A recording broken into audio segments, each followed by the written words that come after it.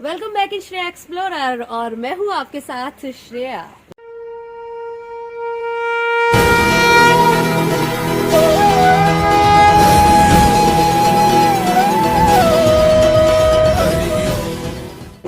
Well guys, आज के इस ब्लॉग में मैं आपको लेकर चल रही हूँ मेरे होम टाउन से बस कुछ ही दूरी पर बने एक ऐसे शक्तिपीठ पर जिसकी बहुत ज्यादा मान्यता है। और ऐसा कहा जाता है कि यहाँ माँ का कोई अंग गिरा था और ऐसा भी कहा जाता है कि यहाँ पर माँ स्वयं प्रकट हुई थी। क्या है वहाँ की पूरी कहानी आज के इस ब्लॉग में मैं आपको वो बताने वाली हूँ, तो कंटिन्यू पूरे वीडियो में मेरे साथ बने रहिएगा। माता रानी की पूरी कृपा आप तक मैं पहुँचाने वाली हूँ।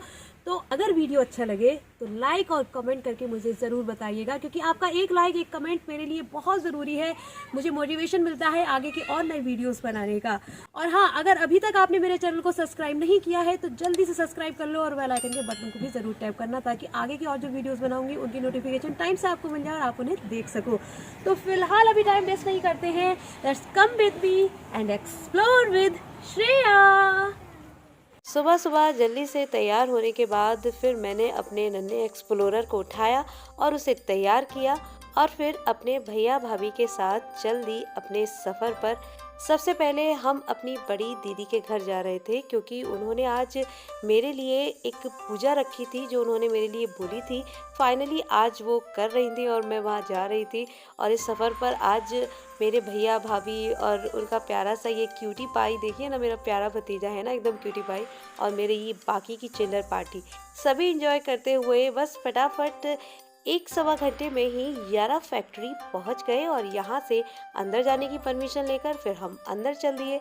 ये टाउनशिप दोस्तों बहुत ही सुंदर है, तो यहाँ की हरियाली भरी ठंडी हवा को लेना तो बनता ही था। तो इसको एंजॉय करते हुए हम आगे बढ़ रहे थे। अगर आप भी इस टाउनशिप को पूरा घूमना चाहते हो ना, तो मुझे कमेंट करके ज़रूर बताना। मैं एक अलग से पूरा ब्लॉग इस टाउनशिप का बनाऊंगी। फिलहाल तो मैं अपनी बहन के घर पहुँच गई थी, जहाँ सभी बेसब्री से हम सभी का इंतजार कर रहे थे। घर में पूजा के लिए सभी महिलाएं आ चुकी थीं और मेरी दीदी पूजा की तैयारियों में लगी हुई थी। तो बस जल्दी से हम सभी ने साथ मिलकर माता रानी की आराधना की, क्योंकि ये पिन्नी थी तो इसीलिए सभी ने साथ मिलकर माँ का भोग और उनका प्रसाद ग्रहण किया। फिर हम सभी चल दिए माता बेलोन वाली के दर्शन करने के लिए, क्योंकि दोपहर में 12 से 1 बजे तक माँ के भवन के पट बंद रहते हैं, उनके दर्शन नहीं किए जा सकते। इसलिए हम लगभग 5 बजे अपने घर से निकले थे और इस तरह कलकत्ती नरौरा में माँ गंगा को पार करते हुए लगभग आधे घंटे में ही बेलोन गांव पहुंच गए।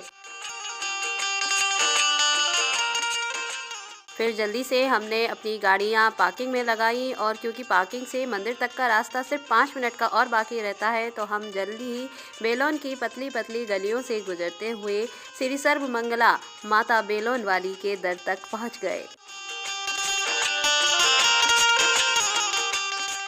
मंदिर के मुख्य द्वार के सामने ही यहाँ बहुत सारी प्रसाद की दुकानें लगी हुई थी, जिन पर कई सारे खिलौने भी थे।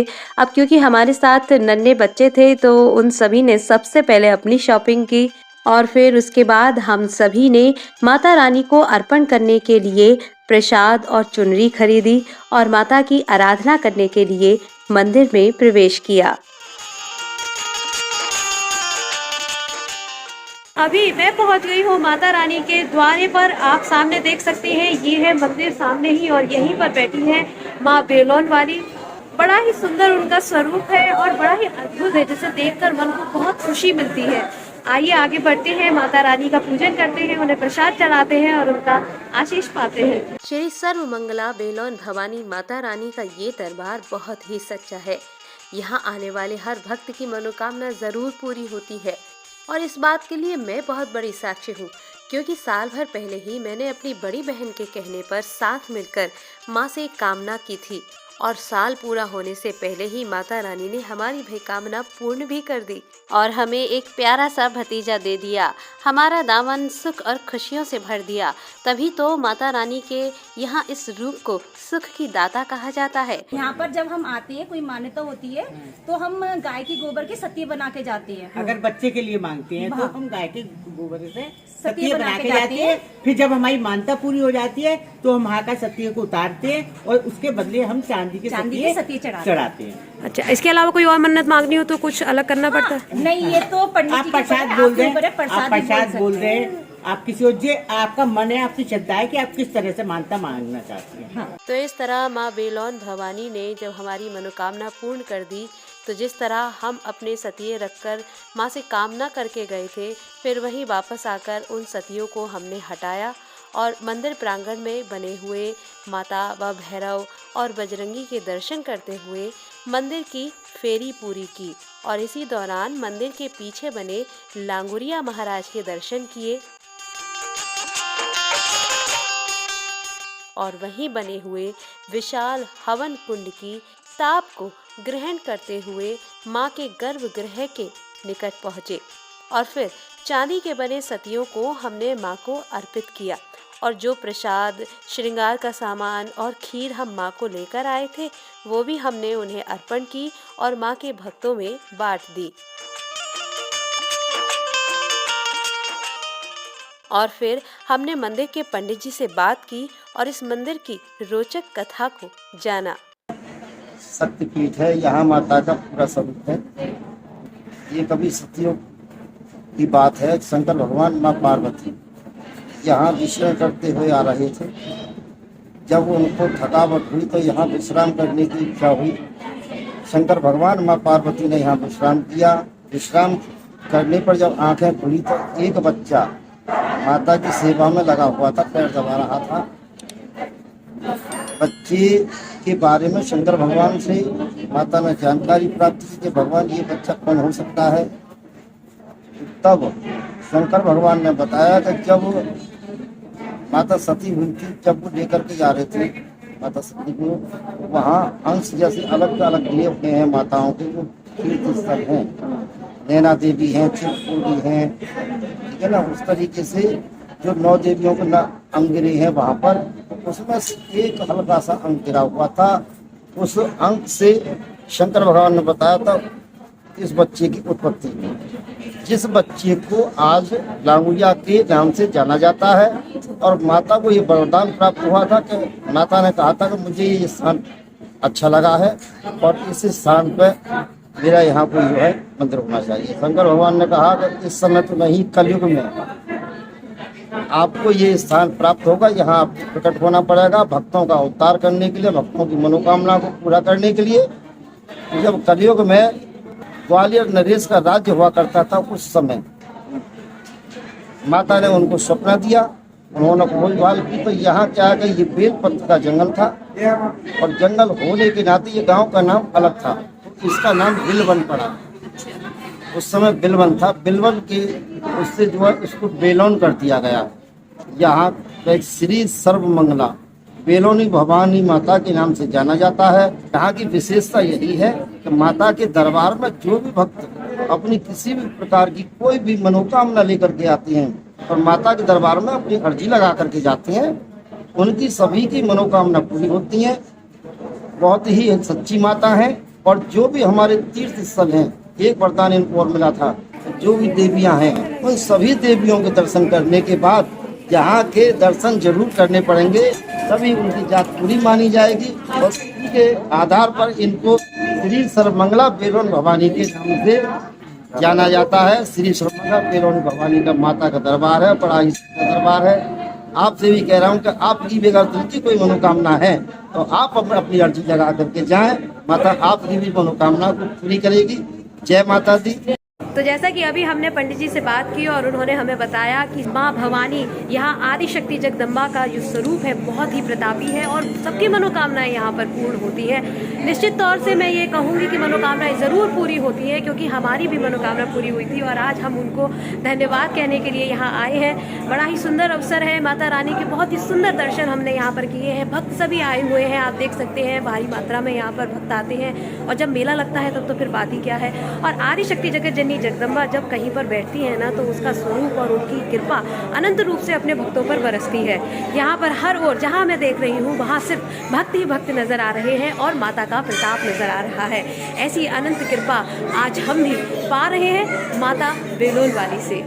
तो जैसा कि पंडित जी ने हमें बताया कि इस पावन स्थली पर माता सती के शरीर के कुछ अंश ही गिरे थे, फिर भी उनका असीम तेज यहाँ सभी को अनुभव होता है और सभी पर माता रानी अपनी कृपा भी बरसाती हैं। वहीं मंदिर के विषय में यदि और बात करें तो हमें पंडित जी ने जैसा कि बताया कि यहाँ माता रानी की मंगला आरती होली से कार्तिक मास तक यानी कि ग्रीष्म काल में सुबह 5 बजे से और कार्तिक मास से होली तक यानी कि शीतकाल में प्रातः 6 बजे से की जाती है और फिर दोपहर में 12 बजे माँ को भोग लगाकर 1 घंटे के लिए मंदिर के पट बंद कर दिए जाते हैं। माता का शयन होता है और फिर शाम को ग्रीष्म काल में 9 बजे और शीतकाल में 8 बजे माता की आरती होती है, शयन आरती, और फिर माता के मंदिर के पट बंद कर दिए जाते हैं। यूँ तो मंदिर में भक्तों का हर रोज ही तांता लगा ही रहता है और अपार भक्तों की भीड़ के साथ ही मंदिर हमेशा ही भरा मिलता है, लेकिन नवरात्रि में विशेष तौर से यहाँ भक्तों की अपार संख्या में भीड़ एकत्रित होती है और सभी माता रानी से आशीष पाते हैं। और बस इसी तरह माता रानी का आशीष पाकर फिर हम चल दिए माँ की पूजा के बाद अब अपने पेट पूजा करने, जहाँ मेरा थोड़ा सा पोपट भी हो गया। अभी देखिए मेरे जीजाजी यहाँ पर ये मस्त समोसे लेकर आए हैं। समोसे जो है ना, क्या है, पकौड़ी है, मूंग की दाल। तो अभी आप देख सकते हैं यहाँ पर, देखिए यहाँ पर ये पकौड़ियाँ आ गई हैं और सभी उसको लपक रहे हैं कि मुझे मिल जाए और मुझे मिल जाए, क्योंकि ये बहुत ही टेस्टी होते हैं। तो ये टेस्टी सी चटनी और ये पकौड़े का आनंद देखिए अभी हम सब लोग लेने वाले हैं। और माता रानी को तो हमने थैंक यू बोल दिया है और उनकी पूजा प्रार्थना करने के बाद बस आगे बढ़ रहे हैं। तो यहाँ पूरी मौज मस्ती करते हुए और फिर माता रानी का आशीष पाकर हम अपने सफर पर आगे चल दिए। यहाँ मंदिर से आधे घंटे की दूरी पर ही बने चौरेड़े माता रानी के दर्शन करने के लिए।